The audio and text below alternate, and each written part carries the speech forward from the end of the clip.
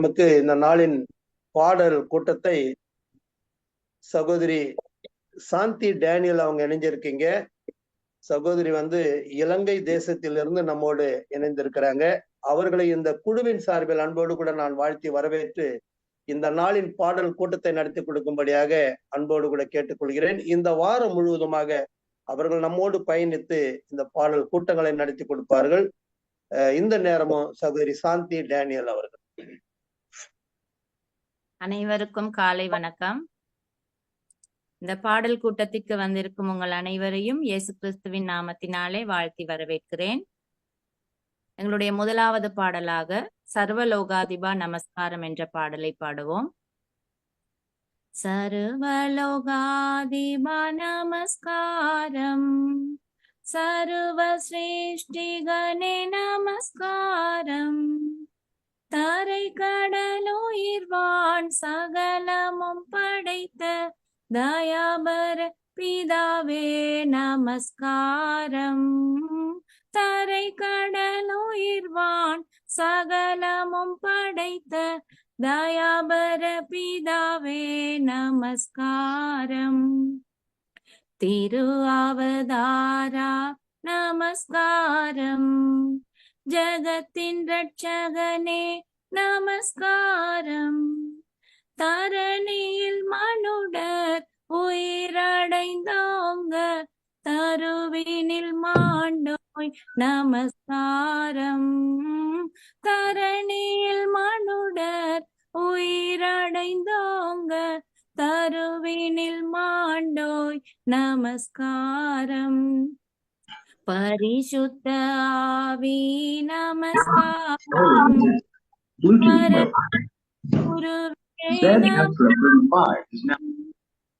அருபியாயடியாரகத்தினில் வசிக்கும் ஆரியசித்தே சதா நமஸ்காரம், அருபியாயடியார் அகத்தினில் வசிக்கும் ஆரியசித்தே சதா நமஸ்காரம், முத்தொழிலோனே நமஸ்காரம், மூன்றிலொன்றோனே நமஸ்காரம், கர்த்தாதி கர்த்தா கருணா சமுத்ரா நித்திய திரித்துவ நமஸ்காரம், கர்த்தாதி கர்த்தா கருணா சமுத்ரா நித்திய திரித்துவ நமஸ்காரம்.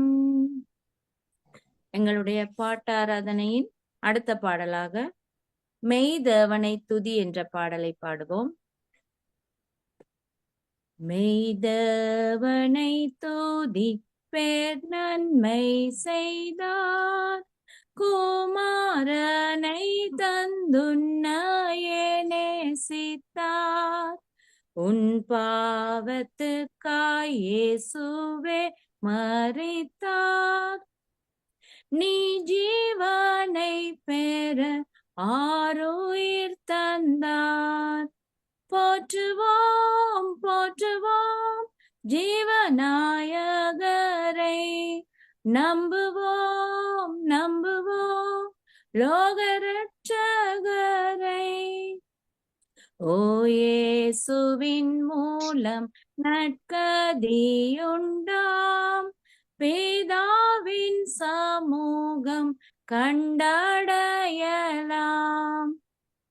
சம்பூரண மீட்பை சம்பாதித்தனர், தம் வாக்கை அன்பருக்கு அருள்வேனென, எப்பாவியானாலும் விசுவாசம் வைத்தாள், அந்நேரமே மன்னிப்புண்டாம் இயேசுவாள், போற்றுவோம் போற்றுவோம் ஜீவநாயகரை,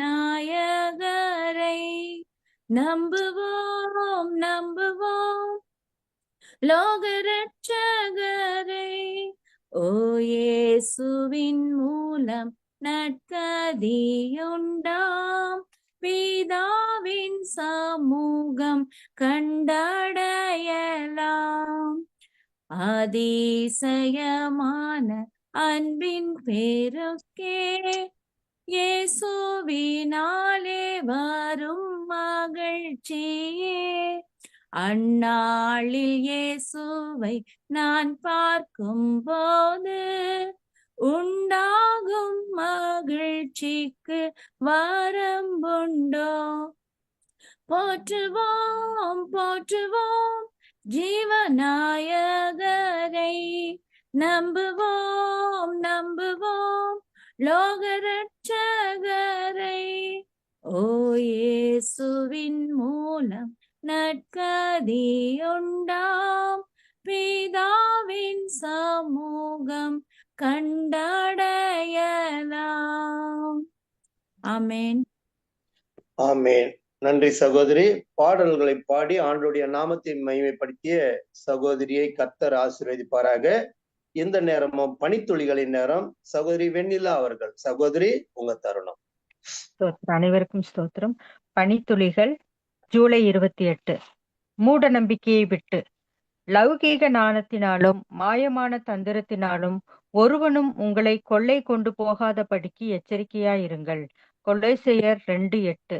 ஐரோப்பாவில் கால்பந்து கேப்டன் டேவிட் பெக்கம் விளையாடுவதற்கு முன் மைதானத்தின் நடுவில் உள்ள புல்லை தொட்டு கும்பிட்டு விளையாட்டை ஆரம்பிப்பாராம்.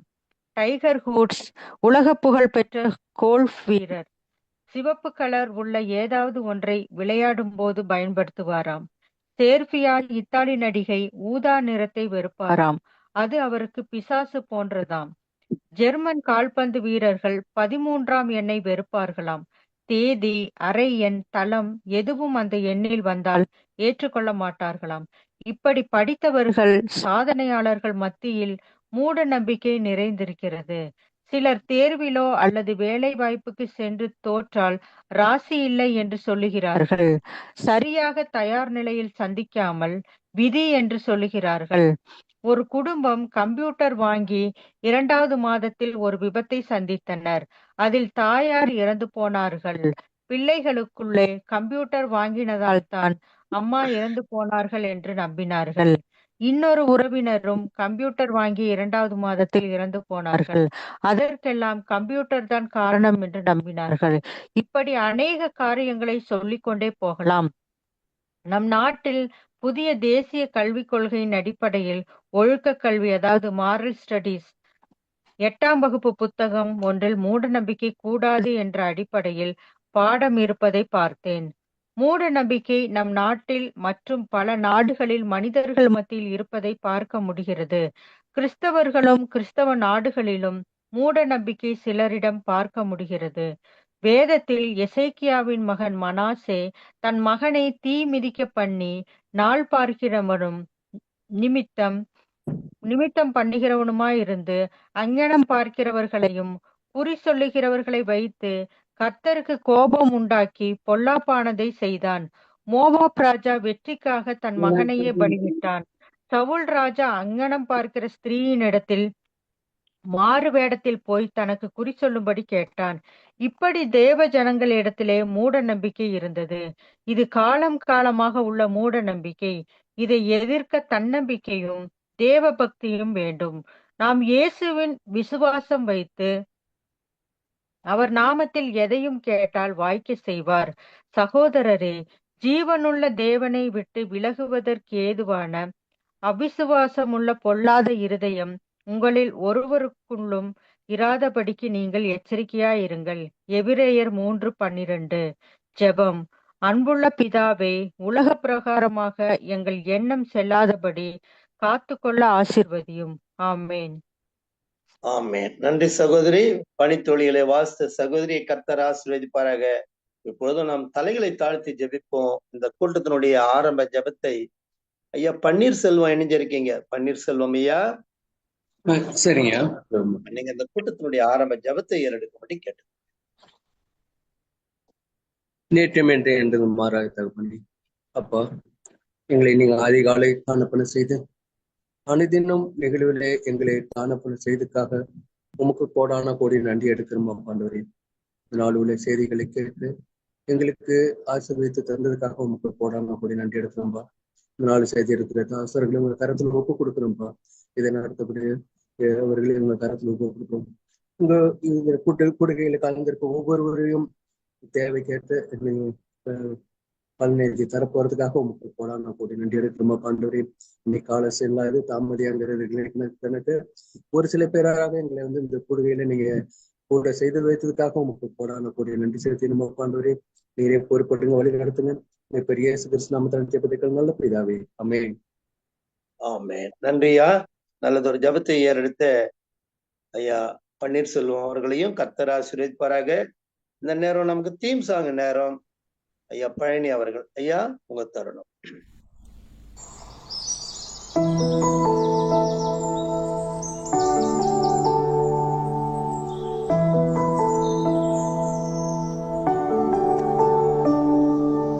அனுதினமும் உம்மில் நான் வளர்ந்திடவே அனுக்கிரகம் தர வேண்டுமே. அனுதினமும் உம்மில் நான் வளர்ந்திடவே அனுக்கிரகம் தர வேண்டுமே.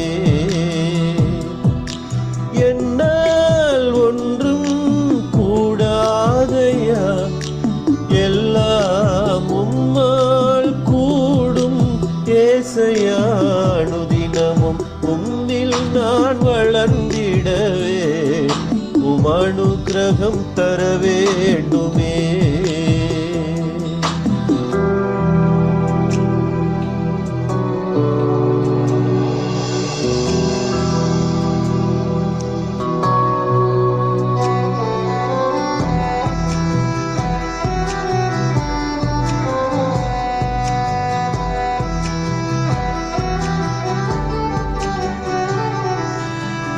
ஞானம் கல்வி செல்வங்களெல்லாம் ஒன்றுமில்லை குப்பை என்றெண்ணுகிறேன். என் ஞானம் கல்வி செல்வம் பட்டம் பதவி எல்லாம் ஒன்றுமில்லை குப்பை என்றெண்ணுகிறேன். என் நீதி நியாயங்கள் அழுக்கான கந்தை என்றே உணர்ந்தேன் என் இயேசுவே. அனுதினமும் உம்மில் நான் வளர்ந்திடவே அனுக்கிரகம் தர வேண்டுமே.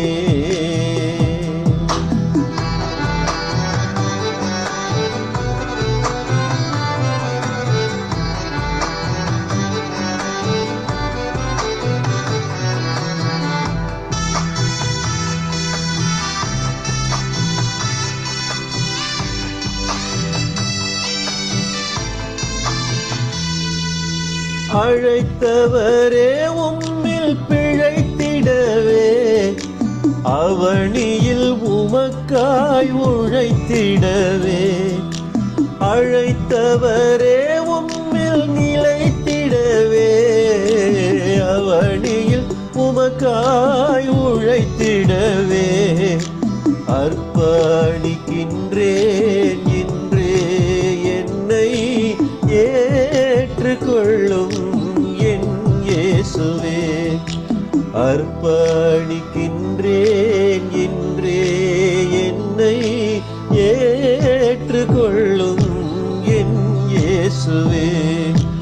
அனுதினமும் உம்மில் நான் வளர்ந்திடவே அனுக்கிரகம் தர வேண்டுமே.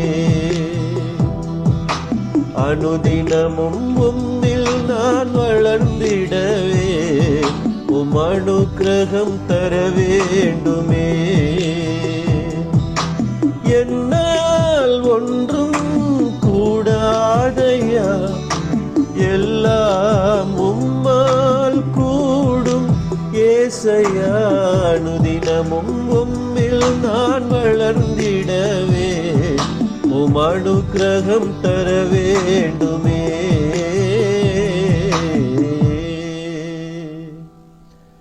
ஆமென். ஆமென். நன்றி பழனியா. நல்ல தீம் சாங்கை பாடி வருகிற ஐயா பழனி அவர்களுக்கும் நான் நன்றியை தெரிவித்துக் கொள்கிறேன். ஆண்டவர் அவர்களையும் ஆசீர்வதிப்பாராக.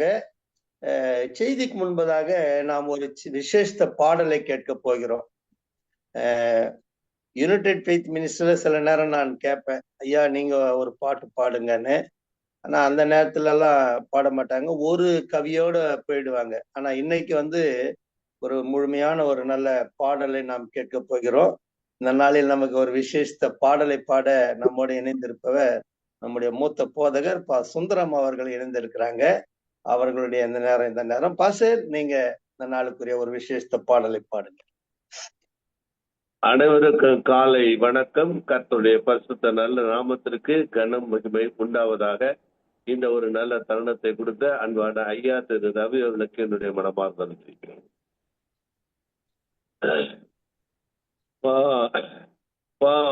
பாடுவேன் பரவசமாகுவேன் பரந்தோடோ என்னலே பாடுவேன் பரவசமாகுவேன் பரந்தோடோ இன்னலே அலையலையாய் துன்பம் சூழ்ந்து நிலை கலங்கி ஆழ்ந்தையில் அலையலையாய் துன்பம் சூழ்ந்து நிலை கலங்கி ஆழ்ந்தையில் அலைகடல் தடுத்து நடுவழி விழுந்த அலைகடல் தடுத்து நடுவழி விழுந்த நடத்திய சென்ற கர்த்தாவை பாடுவேன் பரவசமாகுவேன்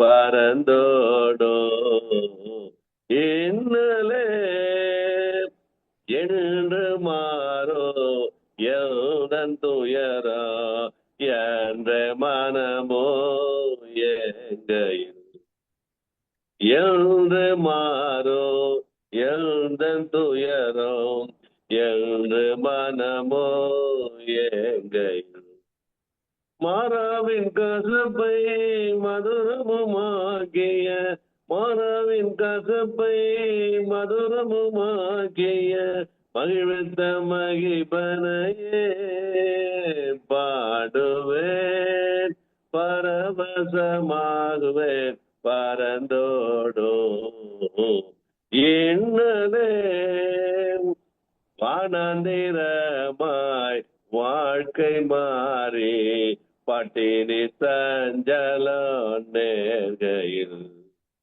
வானந்திரமாய்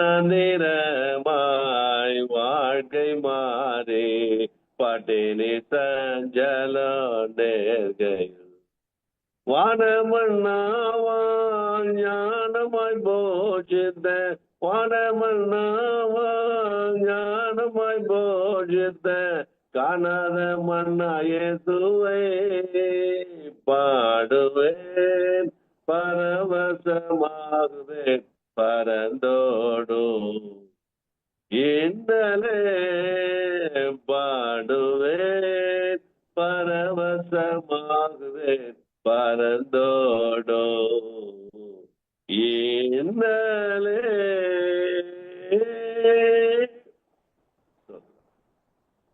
நன்றி பாஸ்டர். அருமை. ஒரு பழைய பாடல், காலத்தால் அவ்வப்போது கேட்டு மகிழக்கூடிய ஒரு பாடல். நல்ல பாடலை பாடி ஆண்டவருடைய நாமத்தை மகிமைப்படுத்திய நம்முடைய பாஸ்டர் சுந்தரம் அவர்களுக்கு இந்த குழுவில் இணைந்திருக்கிற உங்கள் ஒவ்வொருடைய சார்பில் நான் தெரிவித்துக் கொள்கிறேன். அனைவருக்குமே இந்த வாய்ப்புகள் கால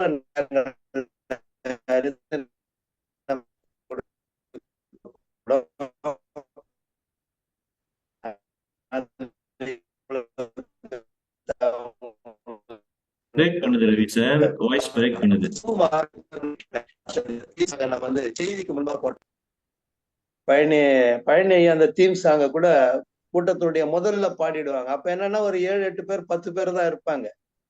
அப்போ பாஸ்டர் கிட்ட சொல்லுவேன், பாஸ்டர் இந்த பாட்டை தீம் சாங்க்கு முன்ன போட்டா நல்லா இருக்குமா, அருமையான பாட்டுன்னு. ஆமா நல்லா இருக்கும், உங்க விருப்பம் எப்படின்னா செய்யலான்னாங்க அந்த ஃப்ரைடேல மீட்டிங்ல.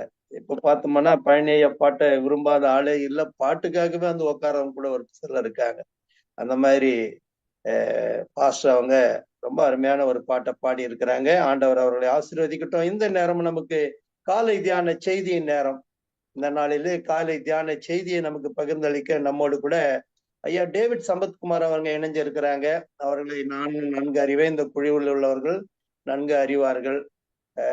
ஐயா வந்து நல்ல செய்திகளும் தேவ செய்திகளை மாத்திரமல்ல, வேதத்தை ஆராய்ந்து வேத பாடங்களை ரொம்ப தெளிவாக நடத்தக்கூடிய ஒரு ஊழியர். அது மாத்திரமல்ல, நல்ல கடைசி கால புத்தகங்களை மொழிபெயர்த்து எழுதிட்டு இருக்காங்க.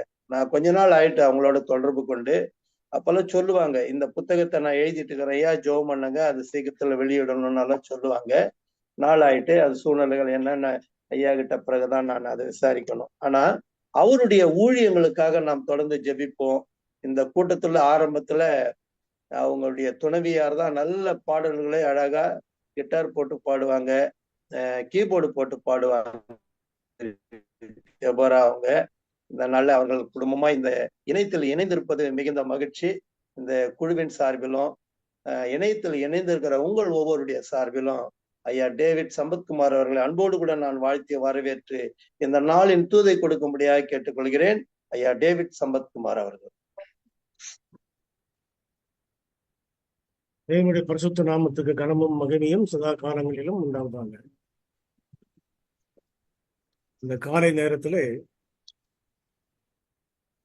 அவருடைய பரிசுத்த வசனங்களே அவருடைய பிள்ளைகளோடு கூட பகிர்ந்து கொண்டு நம்முடைய ஆவிக்குரிய ஜீவியத்திற்கு இந்த சத்திய வசனங்கள் ஒரு உற்சாகத்தையும் நல்ல சத்துள்ள ஒரு உணவையும் நமக்கு கொடுக்கும் என்று நம்பி உடைய கரங்களிலே நாம் ஒப்படைப்போம்.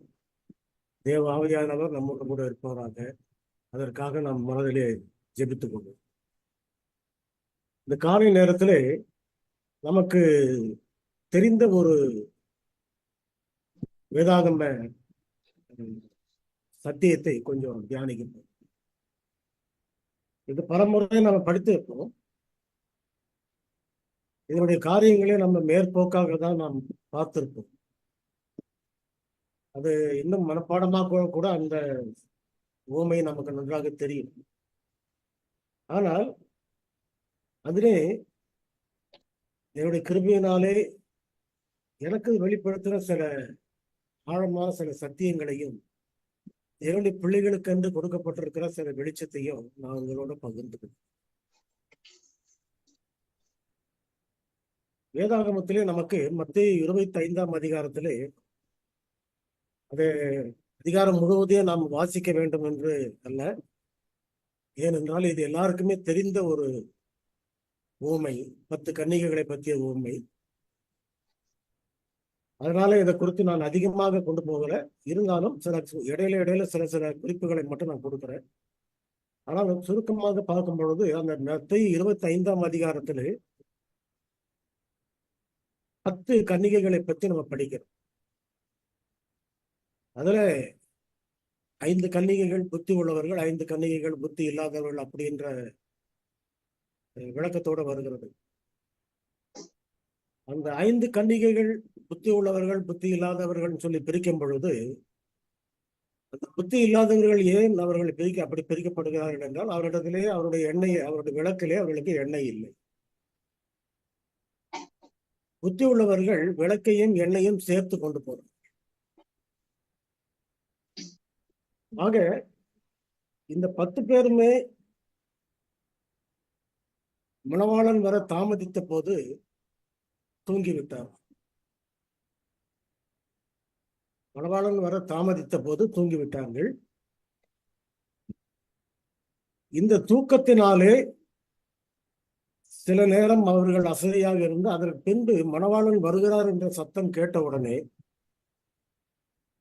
எல்லோருமே விழித்துக் கொண்டார்கள். எல்லோரும் விழித்த போது அவரவர் தன்னுடைய விளக்குகளை கொளுத்தும் பொழுது அந்த விளக்கு, எண்ணெய் உள்ளவருடைய விளக்கு எரிந்தது, எண்ணெய் இல்லாதவருடைய விளக்கு எரியவில்லை. எண்ணெய் இல்லாதவருடைய விளக்கு எரியாத போது அவர்களுக்கு அது சிரமமா இருந்த நேரத்தில் உடனே அவர்கள் போய் எண்ணெய் உள்ளவரிடத்திலே அவர்கள் கேட்டார்கள். அவர்கள் எங்களுக்கும் உங்களுக்கும் போதாமல் இராதபடிக்கு நீங்க விற்கிறவரிடத்துல போய் வாங்கிக் கொள்ளுங்கள் என்று சொல்லி அவர்களை திருப்பி அனுப்பிவிட்டார். அவர்கள் வாங்கும்படியாக எண்ணெய் வாங்கும்படியாக அவர்கள் வெளியே போகிறார்.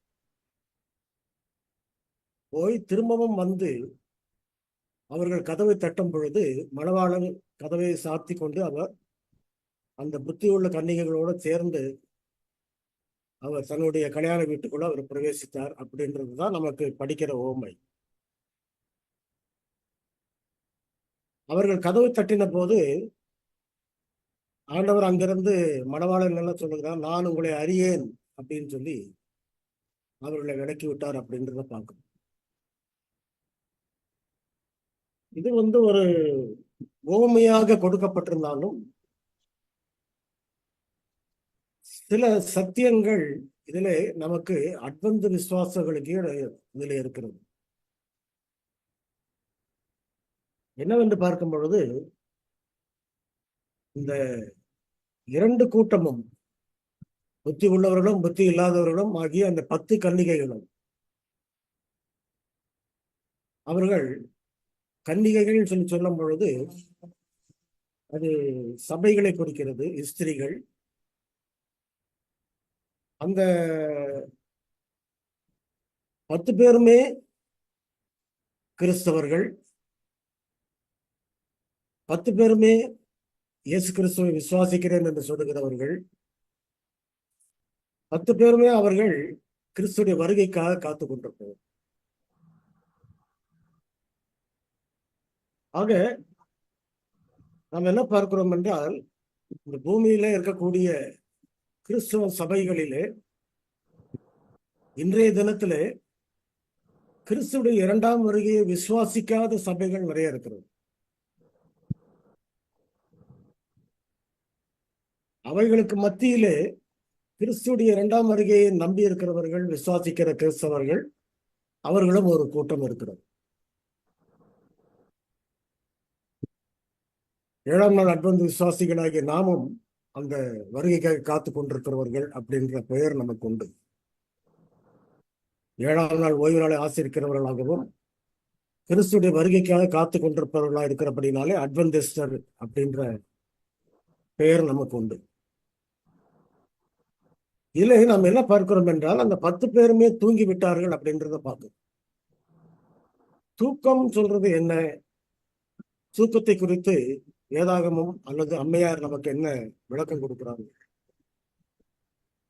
ஒரு சின்ன குறிப்பை நான் உங்களுக்கு வாசிக்கிறேன்.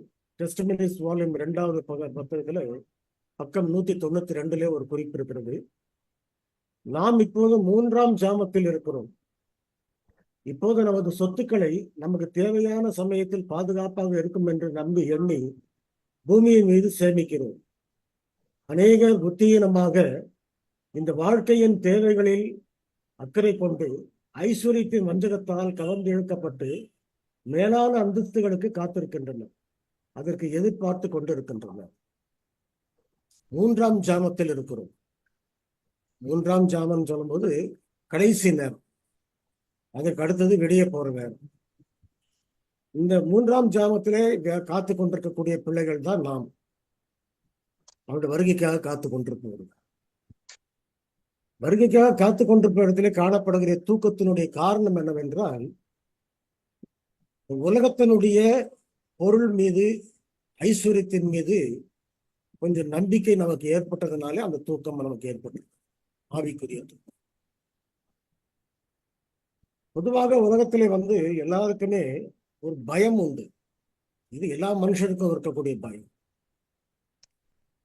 அந்த பயத்தினாலே அவர்கள் பின்னாட்களில் நம்ம என்ன செய்ய போகிறோம், எப்படி வாழப் போகிறோம், நம்முடைய குடும்பத்தை எப்படி நடத்த போகிறோம், நமக்கு என்ன வேண்டும், என்ன செய்ய வேண்டும், அதற்காக நம்ம எப்படி திட்டம் பண்ண வேண்டும், அதற்காக எப்படி நாம் சொத்துக்களை சேர்த்து வைத்து நம்முடைய சந்ததிகளை வாழும்படியாக நாம் செய்ய வேண்டும் என்று அந்த கவலையும் அந்த பயமும் எல்லா மனுஷருக்கும் இருக்கிறது.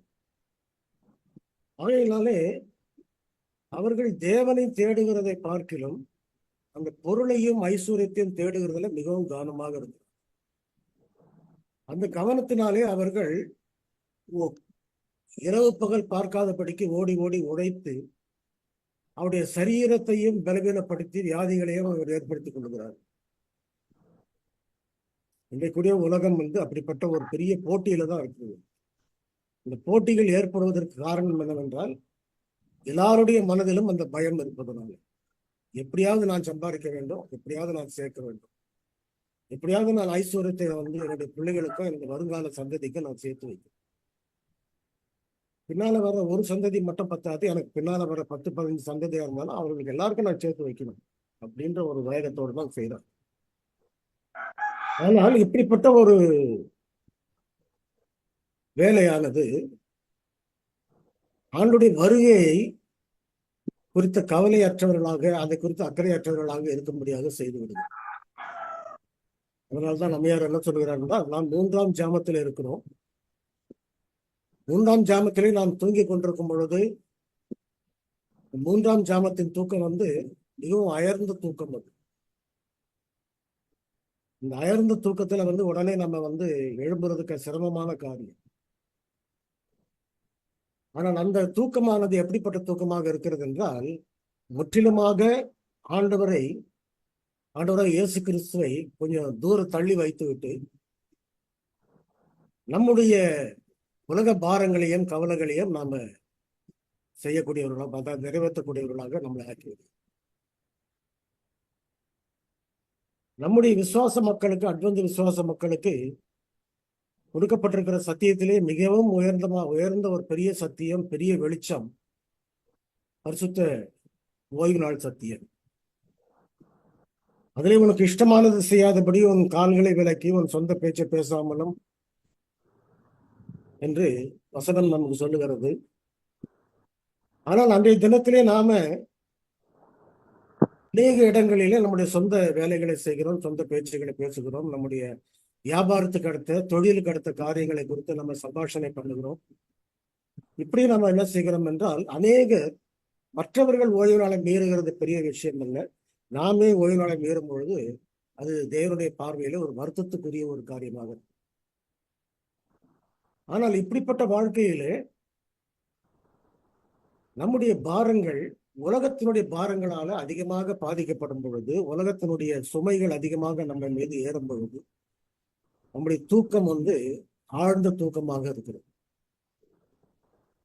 இந்த தூக்கத்தினாலே நாம அவருடைய வருகையை குறித்து கவலை இருக்காதபடிக்கு அதிகமான ஒரு உறக்கத்திலே, இந்த மயக்கத்திலே நாம் இருந்து விடுவோம். இதுதான் இன்னைக்கு சாத்தான் வந்து செய்யற ஒரு பெரிய காரியம். எல்லா தேவனுடைய பிள்ளைகளையும் சரி, எல்லா விசுவாச பிள்ளைகளையும் சரி, அவன் தன்னண்டை எழுப்புவதற்கு, தன்னண்டை எப்படியாவது வஞ்சித்து கொண்டு வருவதற்கு அவன் கண்டுபிடித்திருக்கிற ஒரே ஒரு வழி என்னவென்றால், பணத்தின் தேவையை அதிகமாக கொடுத்து அந்த பணத்தை நீங்கள் அதிகமாக சம்பாதிக்க வேண்டும் என்ற ஒரு நிலைமைக்கு நம்மளை தள்ளிவிடுவோம்.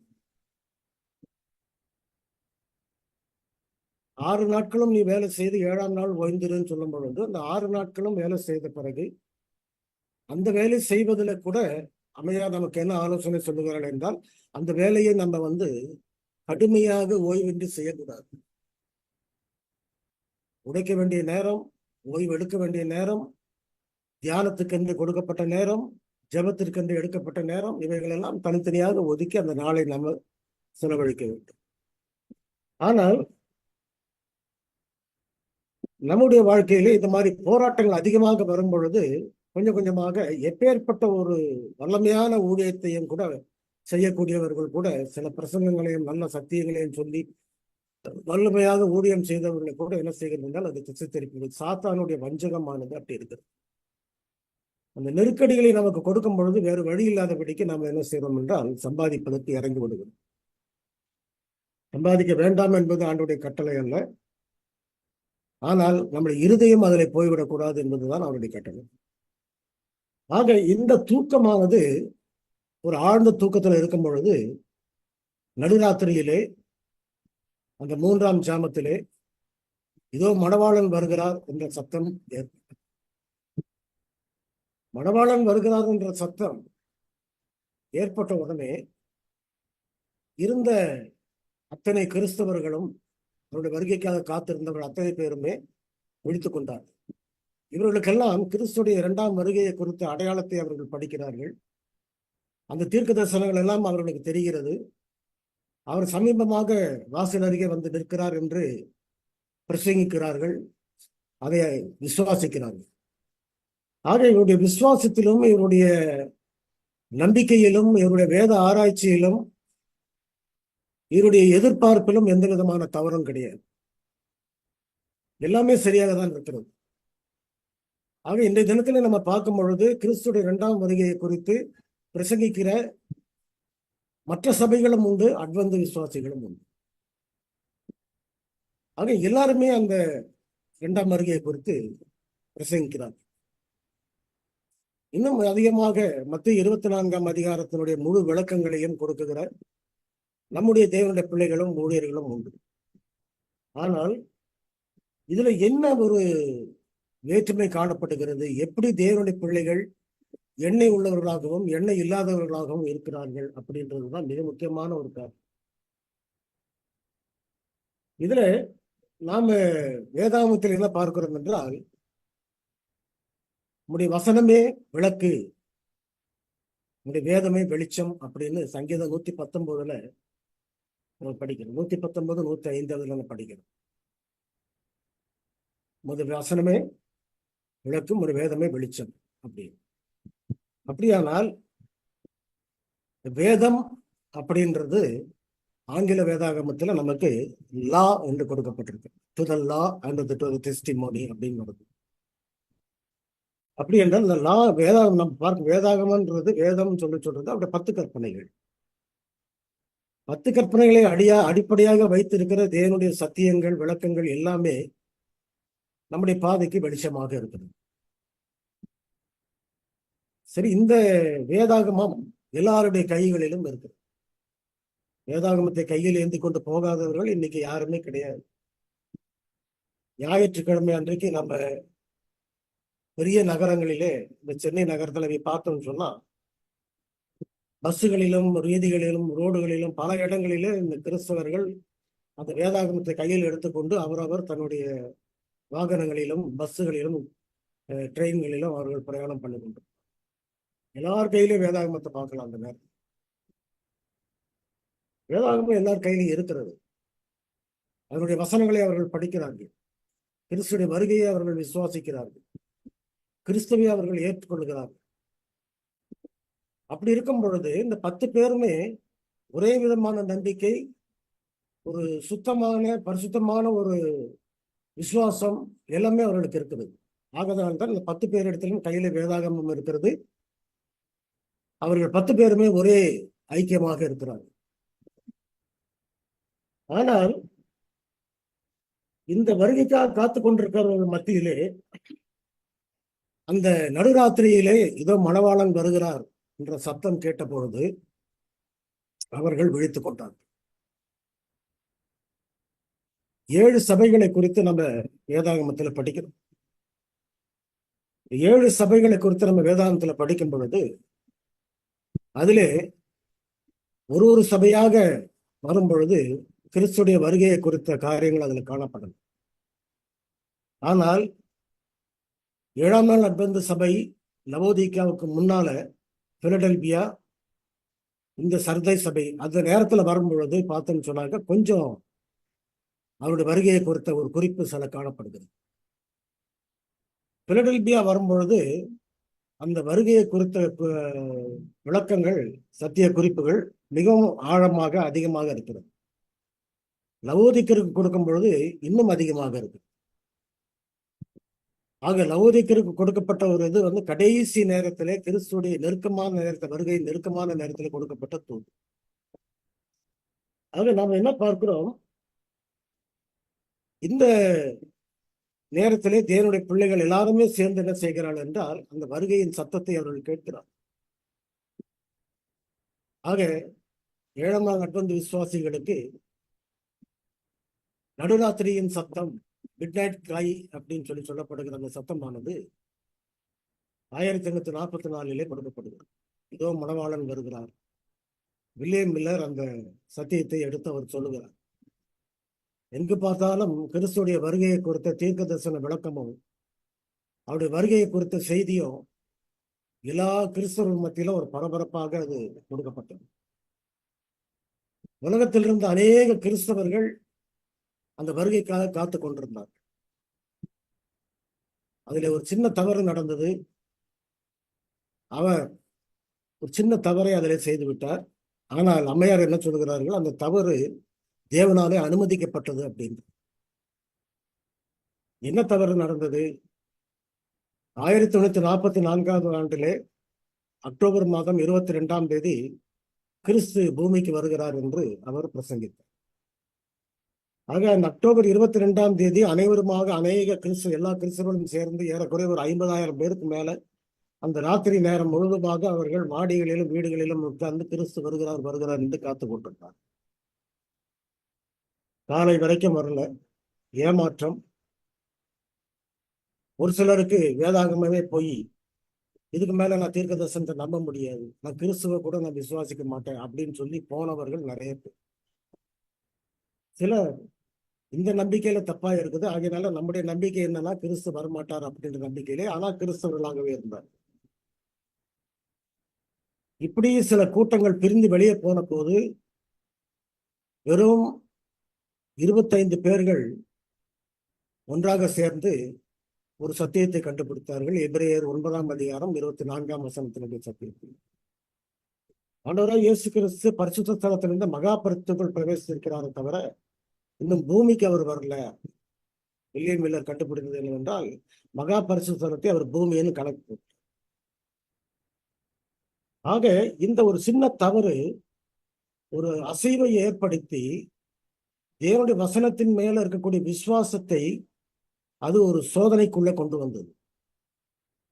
அப்படி சோதனைக்குள்ள கொண்டு வந்த போது அநேகர் விலகி போய்விட்டார்கள்.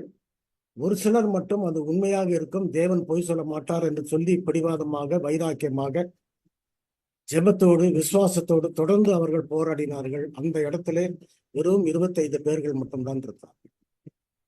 மற்ற கிறிஸ்தவர்கள் எல்லாருமே வெளியே போய்விட்டார்.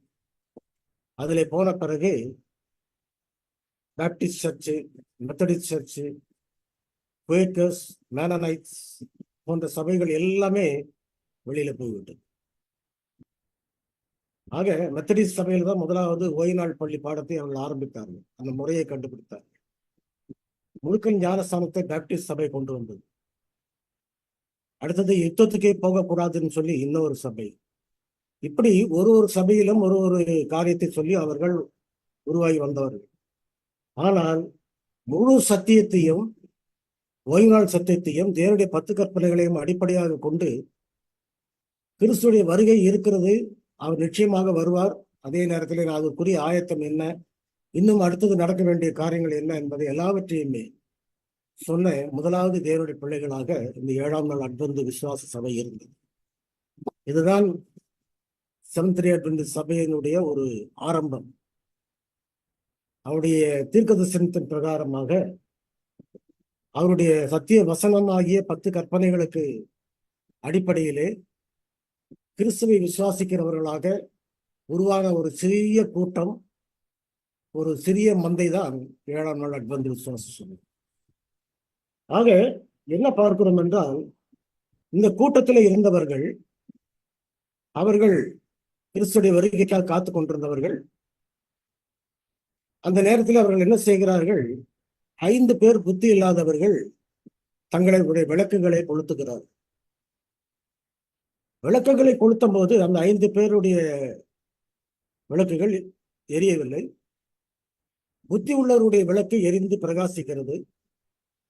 இது என்ன ஒரு பாடத்தை நமக்கு கொடுக்கிறது? வேதாகமம் கையில் இருக்கிறது. கிரைஸ்ட் ஆப்ஜெக்ட் லெசன்ற புத்தகத்திலே நமக்கு அந்த குறிப்பை நம்ம படிக்கிறோம். என்ன சொல்லுகிறது என்றால், அந்த விளக்கு என்பது வேதாகமத்து வசனத்தை குறிக்கிறது. அதே நேரத்தில் அந்த எண்ணெய் என்பது பரிசுத்த ஆவியை குறிக்கிறது. சகரியா 4ஆம் அதிகாரத்திலே நாம் படிக்கிறோம், பலத்தினாலும் அல்ல பராக்கிரமத்தினாலும் அல்ல தேவ ஆவியினாலே எல்லாம் கூடும் அப்படின்னு வாசிக்கிறோம்.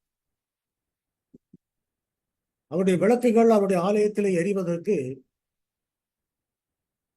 ஒலிவ எண்ணெய், சுத்தமாக பிழிந்தெடுக்கப்பட்ட ஒலிவ எண்ணெயை அதில் ஊற்றி அவர்கள் கொளுத்தினார்கள் என்று சொல்லப்படுது. அந்த பரிசுத்தமான ஒலிவ எண்ணெய் எதை குறிக்கிறது? பரிசுத்த ஆவியை குறிக்கிறது. ஆக விளக்கு மட்டும் கையில் இருந்து பிரயோஜனம் இல்லை. எனக்கு வேதத்துக்கு அடுத்த ஞானம், வேத அறிவு, வேத காரியங்கள் எல்லாமே நன்றாக தெரியும். நான் படித்ததும் ஒரு பிஹெச்டியா கூட இருக்கலாம், இல்ல 2 பிஹெச்டியா இருக்கலாம், இல்ல 3 பிஹெச்டியா கூட இருக்கும். அப்போஸ்தலனாகிய பவுலுடைய பட்டம் சரித்திர குறிப்பில் சொல்லப்படுகிறது 9 பிஹெச்டிக்கு சமமானது. அவருடைய சொத்து அந்த நாட்களிலேயே 9.25 கோடிக்கு சமமானது. அப்படி என்றால் பெரிய ஐஸ்வர்யவானாக இன்னைக்கு அவர் இருந்திருப்பார், பெரிய அறிவாளியாக ஞானியாக இருந்திருப்பார். ஆனால் அவர் சொல்லுகிற வார்த்தை, என்னுடைய ஆண்டவராகிய கிறிஸ்துவை அறிகிற அறிவின் மேன்மைக்காக இவைகளையெல்லாம் நான் குப்பை என்று எண்ணுகிறேன் அப்படின்னு சொல்லி. இந்த பட்டமோ, அந்த படிப்போ, அந்த மேதாவித்தனமோ, அது அறிவோ எதுவுமே அவருக்கு வேண்டாம். எனக்கு தெரிஞ்சது ஒரே ஒரு ஞானம், கிறிஸ்துவை அறிகிற அறிவு மட்டும்தான் மெய்யான அறிவு அப்படின்னு. ஆகையினால என்ன பார்க்கிறோம் என்றால், அந்த எண்ணெயாகி அந்த விளக்கு இல்லாதபடிக்கு வெறும் வேதாகமம் மட்டும் கையில இருந்து பிரயோஜனமே. எவ்வளவு பெரிய டாக்டரினை குறித்து நான் விளக்கம் சொன்னாலும் சரி, எந்த சத்தியத்துக்கு நான் விளக்கம் சொன்னாலும் சரி, எதுக்கு நான் பதில் சொன்னாலும் சரி, யாருக்குமே தெரியாத விளக்கங்கள் எல்லாம் நான் சொல்லி கொண்டு வந்தாலும் சரி, எத்தனை ஆராய்ச்சி நான் பண்ணியிருந்தாலும் சரி, பரிசுத்த ஆவியானவருடைய வழிநடத்துதலும் அவருடைய கிரியைகளும் அவருடைய வேலைகளும் நம்முடைய இருதயத்துல இல்லாமல் இருக்குமானால் அந்த எண்ணெய் இல்லாத புத்தி இல்லாதவருடைய விளக்கை போலதான் நம்முடைய வாழ்க்கை. எல்லாமே இருக்கிறது, ஆனால் கிறிஸ்தவ ஜீவியம் இல்லை, ஆவியன் கனிகள் இல்லை அப்படின்னு. ஆகையினால் இந்த எண்ணெய் இல்லாதவர்கள் போய் கேட்ட பொழுது அவர்கள் என்ன சொன்னார்கள், எங்களுக்கும் உங்களுக்கும் போதாமல் இராதபடி நீங்க போய் விற்கிறவரிடத்துல போய் வாங்கிக் கொள்ளுங்க. லூக்காவில 11ஆம் அதிகாரம் 13ஆம் வசனத்துல அவர் சொல்கிறார், தகப்பன் தன் பிள்ளைகள் மீனை கேட்டால் கல்லை கொடுப்பாரோ, பாம்பு அப்பத்தை கேட்டால் கல்லை கொடுப்பாரோ, மீனை கேட்டால் பாம்பை கொடுப்பாரோ. பொல்லாதவர்களாகிய நீங்கள் உங்கள் பிள்ளைகளுக்கு நல்ல ஈவுகளை கொடுக்க அறிந்திருக்கும் பொழுது பரலோகத்தில் இருக்கிற பரமபிதா உங்களுக்கு பரிசுத்த ஆவியை கேட்டுக்கொள்ளும் போது அதை கொடுப்பது அதிக நிச்சயம் அல்லவா? என்றால் பரிசுத்த ஆவி ஏன் அவர்களிடத்தில் இல்லாமல் இருந்தது? பரிசுத்த ஆவியினுடைய தேவையை அவர்கள் உணரவில்லை. அவர்கள் நம்பி இருந்தது தங்களுடைய பட்டப்படிப்பையும், தங்களுடைய அறிவையும், தன்னுடைய ஆராய்ச்சியும், தன்னுடைய ஞானத்தையும் நம்பி இருந்தார்கள். கையிலே வேதாகமம் இருக்கிறது. எத்தனையோ கமெண்ட்ரி அவர்கள் பார்க்கிறார்கள், எத்தனையோ கன்கார்டன்ஸ் பார்க்கிறாங்க, எத்தனையோ ஆராய்ச்சி புத்தகங்களை பார்க்கிறார்கள். எலஞ்சி வைட்டம்மையாருடைய விளக்கங்களையும் படிக்கிறார்கள், உரியாஸ்மத்துடைய புக்கையும் படிக்கிறார்கள். எல்லா விசுவாசிகளும் பெரிய பெரிய பிரசங்கியாருடைய பிரசங்கங்களை கேட்கிறார்கள். ஆனால் இவைகளெல்லாம் கேட்டாலும் கூட அவர்களிடத்திலே பரிசுத்தாவியை அவர்கள் இன்னும் கேட்டு பெற்றுக் கொண்டதில்லை. ஏனென்றால் அதை கேட்டால் கொடுக்காமல் இருக்க மாட்டார் அப்படின்னு சொல்றார். அப்படி என்றால் அது எப்படி கேட்காமல் இருந்தார்கள், ஏன் கேட்காமல் இருந்தார்கள்? அதனுடைய அவசியத்தை அவர்கள் உணரவில்லை. அவர்கள் நம்பி இருந்தது பரிசுத்தாவியையோ அல்லது கிறிஸ்துவுடைய வழிநடத்துதலையோ அவர்கள் நம்பல. என்னுடைய திறமையினாலே, என்னுடைய ஆராய்ச்சியினாலே, என்னுடைய படிப்பினாலே, என்னுடைய கல்வியினாலே தான் ஊழியம் நடைபெறுகிறது அப்படின்ற நம்பிக்கை நாம் வரும். அதுதான் செய்த தவறு. தன்னை அவர்கள் உயர்த்தி கொண்டிருந்த காரணத்தினாலே, தன்னுடைய மேன்மைக்காக பிரசங்கித்ததுனாலே, தன்னுடைய மேன்மைக்காக ஊழியத்தை செய்வதற்கு போனதுனாலே, நான் பண்ணுகிற பிரசங்கத்தினாலே இன்னைக்கு ஆத்துமாக்கள் ஞானஸ்தானம் பெறுகிறார்கள் என்று அவர்கள் நம்பிக்கொண்டிருந்ததுனால என்ன நிலைமை ஏற்பட்டது? அவர்களுக்கு கிடைக்க வேண்டிய பரிசுத்த ஆவியானவருடைய வழிநடத்தல் அவர்களுக்கு கிடைக்கல. ஆக இன்னைக்கு நம்ம பார்க்கிற பார்வை, எப்படிப்பட்ட திறமையான பிரசங்கியார், எப்படிப்பட்ட திறமையான ஊழியர், எப்படிப்பட்ட தலைமையான படிப்பாளி, கல்விமான் அப்படின்லாம் நம்ம நினைக்கிறோம். ஆனா அப்போஸ்தலனாகிய பவுல் சொல்லும் போது இதை நான் குப்பை என்று எண்ணுகிறேன்னு சொல்றார். உண்மையான தேவனுடைய பிள்ளைகளுடைய எண்ணம் அப்படிதான் இருக்கும். தன்னுடைய கல்வியை குறித்து அவர்கள் மேலும் பாராட்ட மாட்டாங்க. தன்னுடைய அறிவை குறித்தும் ஞானத்தை குறித்தும் மேலும் பாராட்ட மாட்டாங்க. முக்கியமான தேவை என்னவென்றால் நம்முடைய இருதயத்தில் இருக்க வேண்டியது அந்த பரிசுத்த ஆவியானவருடைய வழிநடத்தல். ஆக அவரை எப்படி நம்ம கேட்டு பெற்றுக்கொள்கிறோம்? அவருக்காக நம்ம மன்றாடுகிறோம். அதோடைய தேவையை நம்ம உணர்கிறோமா? இல்லை எனக்கு எல்லாம் தெரியும், ஆகியனால நீ என்னத்த சொல்ல போற அப்படின்னு சொல்லிட்டு கொஞ்சம் அவரை விட்டு விலகி இருக்கிறோமா? இந்த கேள்விகள் இந்த 10 கன்னிகைகளுக்கும் தேவையான ஒரு கேள்வி. அப்படிப்பட்ட ஒரு சூழ்நிலையிலே அவர்கள் என்ன செய்கிறார்கள் என்றால், கேட்ட பொழுது அவர்களுக்கு எண்ணெய் கிடைக்கவில்லை. நீங்கள் விற்கிற இடத்துல போய் வாங்கிக் கொள்ளுங்கள் சொல்லி போனாங்க. ஆனா ஆண்டவர் என்ன சொல்லுகிறார் என்றால், பரிசுத்தாவியை எங்க பெற வேண்டும்? ஜெபத்தின் மூலமாக, விசுவாசத்தின் மூலமாக, தன்னை தாழ்த்துகிறதன் மூலமாக நீங்கள் பெற வேண்டும். அப்ப இந்த பரிசுத்தாவியை பெறுவதற்கு இவர்கள் என்ன செய்ய வேண்டுமோ அதை செய்யவில்லை. இந்த 5 புத்தி உள்ள கன்னிகைகளும் என்ன செய்தார்கள் என்றால், முதலாவதாக அவர் முன்பாகவே அவர்கள் ஜெபத்தோடு விசுவாசத்தோடு அந்த பரிசுத்தாவியின் பலத்தை அவர்கள் பெற்றுக்கொண்டார்கள். இதுக்கு பிறகு கொஞ்ச நேரம் தான் இருக்கிறது. அப்ப போய் அவர்கள் என்ன செய்ய முடியாது? அந்த பரிசுத்தாவியை பெற முடியாது.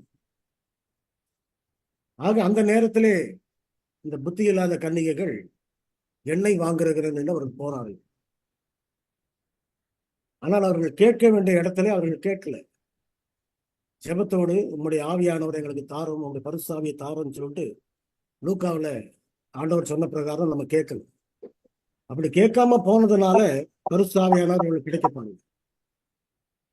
ஆனால் கொஞ்சம் நேரம் கடந்தது. போனவர்கள் திரும்பி வந்தார்கள். திரும்பி வந்து கதவை தட்டுகிறார்.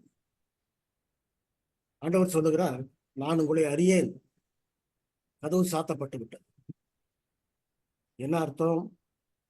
கிருபையின் கதவு மூடப்பட்டு விட்டது. கிருபையின் கதவு மூடப்பட்ட பிறகு நாம பரிசுத்தாவிக்காகவோ மனம் திரும்புதலுக்காகவோ மன்றாட முடியாது. அதுக்கு பிறகு பாவங்கள் மன்னிக்கப்பட வேண்டும் என்று நாம் அவற்றில் கேட்கவும் முடியாது. ஆக இந்த மாதிரி ஒரு நேரத்துல ஆவியானவர் அங்க கொடுக்கப்பட்டது. ஆனால் என்ன பார்க்கிறோம்? இந்த 5 புத்தி இல்லாதவர்களும் கதவை தட்டின போது அவர்கள் கிடைக்கல. அவர்கள் போய்விட்டார்கள், ஏமாந்து அங்கே நின்றார்கள். மத்தேயுவில 7ஆம் அதிகாரத்திலே நம்ம ஒரு வசனத்தை படிக்கிறோம். அந்நாட்களிலே அநேகர் என்னை நோக்கி, உமது நாமத்தினாலே பிசாசுகளை துரத்தணும் அல்லவா, உமது நாமத்தினாலே தீர்க்க தரிசனம் சொன்னோம் அல்லவா என்று சொல்வார்கள். அக்கிரம செய்கைக்காரர்களே என்னை விட்டு அகன்று போங்கள் என்று சொல்லி, இந்த மத்தேயு 7ஆம் அதிகாரத்தில் இருக்கக்கூடிய இந்த காரியமோ இந்த சம்பவமோ மத்தேயு 25ஆம் அதிகாரத்தில் இருக்கக்கூடிய இந்த சம்பவம் உண்மையும் ரெண்டும் மிகவும் தொடர்புடையது. இந்த 5 புத்தி இல்லாத கன்னிகைகளை அவர் வேண்டாம் என்று வெளியே போருங்கன்னு சொன்னாரோ, அதே மக்களை தான், அதே ஜனங்களை தான், அதே கூட்டத்தை இதை பார்த்துதான் இந்த இடத்திலும் அவர் சொல்லுகிறார், வெளியே போங்க, முடியாது, உங்களை நான் சேர்த்துக்கொள்ள மாட்டேன், உங்களுக்காக கதவு அடைக்கப்பட்டு விட்டது என்று சொல்லுகிறார். ஆக போனவர்கள் ஒரு உண்மையை நம்ம தெரிந்து கொள்ள வேண்டும். அதிகமான நேரம் எனக்கு இல்லாதபடினாலே நான் சுருக்கமாக முடிக்கிறேன். இது ஒரு பெரிய பாடம், முக்கியமான பாடம். ஆனால் இந்த பாடங்களை நான் மிகவும் அதிகமாக ஆழமாக பல அட்வந்த விசுவாசிகள் எடுத்திருக்கிறேன். அது அவருடைய விசுவாசத்தை பலப்படுத்தினதை அவர்கள் சாட்சியாகவும் கூறியிருக்கிறார்கள். அதனால கொஞ்ச நேரத்துல நான் முடிக்கணும். அதனால கொஞ்சம் சீக்கிரமா முடித்துக் கொள்கிறேன். இருக்கக்கூடிய நேரத்துக்குள்ளாக என்ன பார்க்கிறோம் என்றால், இந்த எண்ணெய் வாங்க போனவர்கள் திரும்பி வருகிறார்கள் என்றால் அவருடைய நம்பிக்கை என்ன? தங்களிடத்துல எண்ணெய் இருக்கிறது என்ற நம்பிக்கை. அவர்கள் எண்ணெய் இருக்கிறது என்ற நம்பிக்கையில தான் அவங்க உள்ள வராங்க. ஆனால் பரிசுத்த ஆவியினுடைய வழிநடத்துதலை குறித்து அவரிடத்திலே ஒரு தவறான கோட்பாடு இருக்கிறது. இந்த புத்தி உள்ளவர்கள் பரிசுத்த ஆவி தங்களிடத்திலே இருக்கிறது என்பதை எப்படி புரிந்து கொள்கிறார்கள் என்றால், ஆவியின் கனிகளாலே ஆவியானவர் எனக்குள் வேலை செய்கிறார் என்பதை அவர்கள் புரிந்து கொள்கிறார். இவர்கள் இந்த தீர்க்க தரிசனம் சொல்லுவதும், பிசாசுகளை துரத்துவதும், இந்த மாதிரி அற்புதங்களை அடையாளங்களை செய்வதும் இதுதான் பரிசுத்த ஆவிக்கு அடையாளம் என்று அவங்க நம்பி இருக்கிறது.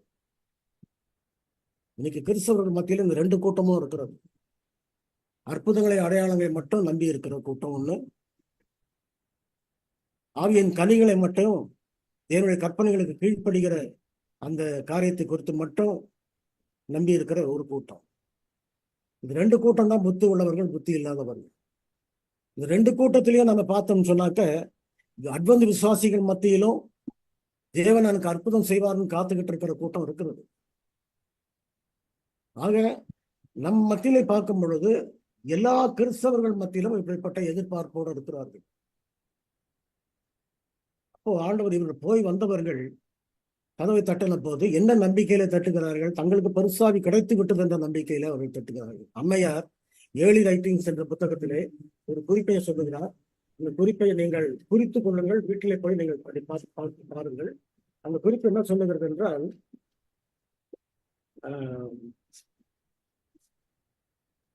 ஏர்லி ரைட்டிங்ஸ் பக்கம் 55, 56 அந்த மிக முக்கியமான ஒரு குறிப்பை சொல்லுகிறார். என்ன குறிப்பை சொல்லுகிறார் என்றால், ஆண்டவராகிய இயேசு கிறிஸ்து பரிசுத்த ஸ்தலத்திலிருந்து மகா பரிசுத்தக்குள்ளே அவர் போன போது, அவர் மகா பரிசுத்தக்குள்ளே போனதை விசுவாசிக்காமல் நம்பாமல் இருந்த அநேக கிறிஸ்தவர்கள் பரிசுத்த ஸ்தலத்திலேயே தங்கிவிட்டார்கள். அதாவது கிறிஸ்துவை ஏற்றுக்கொண்டார்கள், கிறிஸ்துவை விசுவாசிக்கிறார்கள், வேதாகமத்தை படிக்கிறார்கள், கிறிஸ்துவோட 2ஆம் வருகையை விசுவாசிக்கிறார்கள். இவர்கள் என்ன செய்யல என்றால் மகா பரிசுக்குள்ள போகணும். ஆக நம்ம இன்னொரு சம்பவத்தை திரும்பவும் ஞாபகம் கூறணும்.